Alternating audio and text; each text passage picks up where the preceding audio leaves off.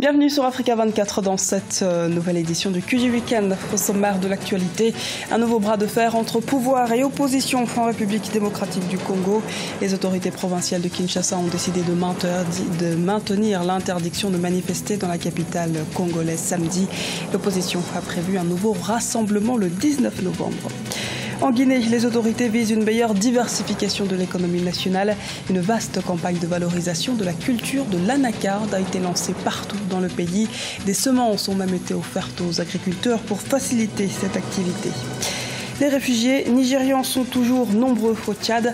Le retour timide de sécurité dans certaines localités du Nigeria n'a pas engendré de retour massif. Nous verrons que beaucoup d'entre eux hésitent encore. Report du meeting de l'opposition en République démocratique du Congo. Étienne Tshisekedi, leader du rassemblement, plateforme réunissant le plus grand nombre des forces vives en RDC, a annoncé ce samedi que la manifestation se tiendra plutôt le 19 novembre. L'UDPS avait appelé ce samedi 5 novembre à une mobilisation à Kinshasa contre le président Joseph Kabila.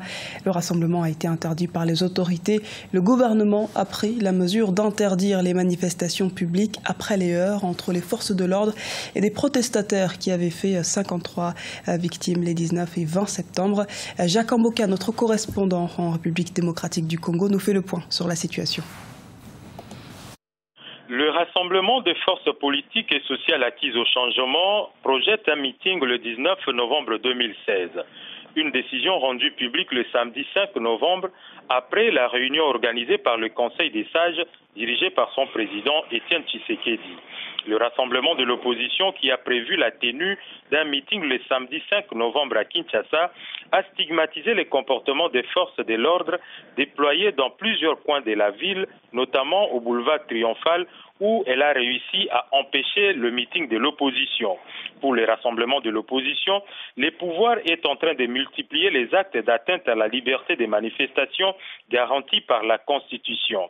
Notons que le gouverneur de la ville de Kinshasa a pris la décision de suspendre toute manifestation politique publique jusqu'au mois de février 2017. On peut donc comprendre que le bras de fer entre les autorités de la ville et les rassemblements reste engagé, alors que sous l'initiative du président de la République, Joseph Kabila, la conférence épiscopale nationale du Congo est en pourparlers avec le rassemblement et la majorité présidentielle dans le but de rapprocher les avis sur l'accord politique. Un aboutissement de cette démarche garantira un climat politique serein après le 19 décembre 2016, la date de la fin du deuxième mandat constitutionnel du président Joseph Kabila. En Guinée, la culture de l'anacarde est en pleine expansion. Les autorités ont décidé d'accompagner les agriculteurs du secteur.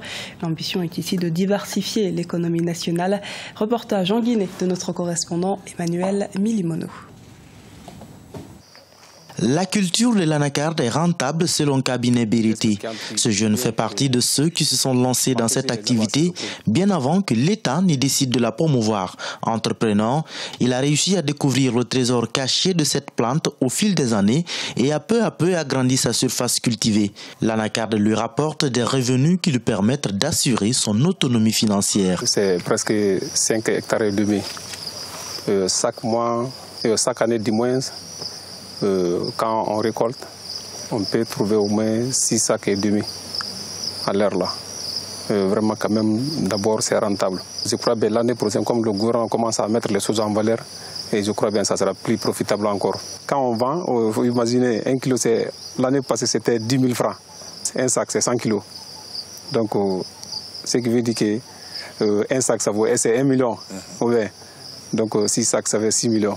En 2016, les autorités ont décidé de promouvoir cette culture en attirant le maximum de personnes dans le secteur. Cette politique est accompagnée par la mise à disposition de semences afin de permettre aux paysans d'y accéder facilement. Pour Cabinet Beriti, l'aventure a commencé il y a bien quelques années. Quand il prend bourré, en général, à l'air là, nos jardins, presque on n'a plus d'espace. Tout est occupé. Si on trouve des espaces, on va agrandir de plus.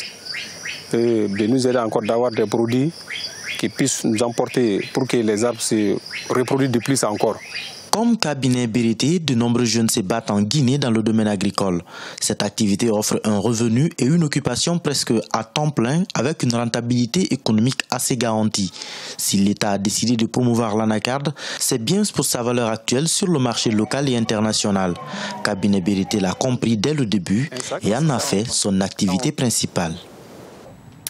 Au Niger, les circuits de la grande distribution se développent à grands pas. Il faut dire que les investissements affluent dans ce secteur. Les géants de la grande distribution se bousculent en Afrique et le Niger n'y échappe pas. Reportage de Sadou Alizé Mokhtar, notre correspondant au Niger. Commentaire Victoria Samlousedji. Au Niger, le secteur de la grande distribution attire de plus en plus de nouveaux acteurs. Jadis l'apanage des grandes multinationales, cette activité est pratiquée aujourd'hui par les nationaux. Ils s'intéressent aux opportunités dans le domaine de la grande distribution qui semble être la prochaine grande aventure commerciale du XXIe siècle. À Niamey, Noubourima est l'un des premiers à s'y être investi. On était le premier à développer. On a vu dans les pays voisins, ils font, et on s'est dit pourquoi pas nous. Donc on a essayé et puis vraiment c'est bon et ça rapporte trop d'argent à l'État. Au début on était nombreux et puis petit à petit il y a des gens qui ont déposé leur bilan et puis vraiment ils ont fermé. Donc ça veut dire que si l'État faisait quelque chose, ça veut dire qu'il n'allait pas fermer. Le problème ça commence au niveau de la douane, qui nous font évaluer nos produits à des prix très machin. Le dédouanement n'est pas favorable. Vraiment, dans toute la sous-région, c'est qu'on est en train de faire. Vraiment, au Niger, ça, c'est le dédouanement qui est en train de tuer notre activité. D'autres barrières subsistent cependant.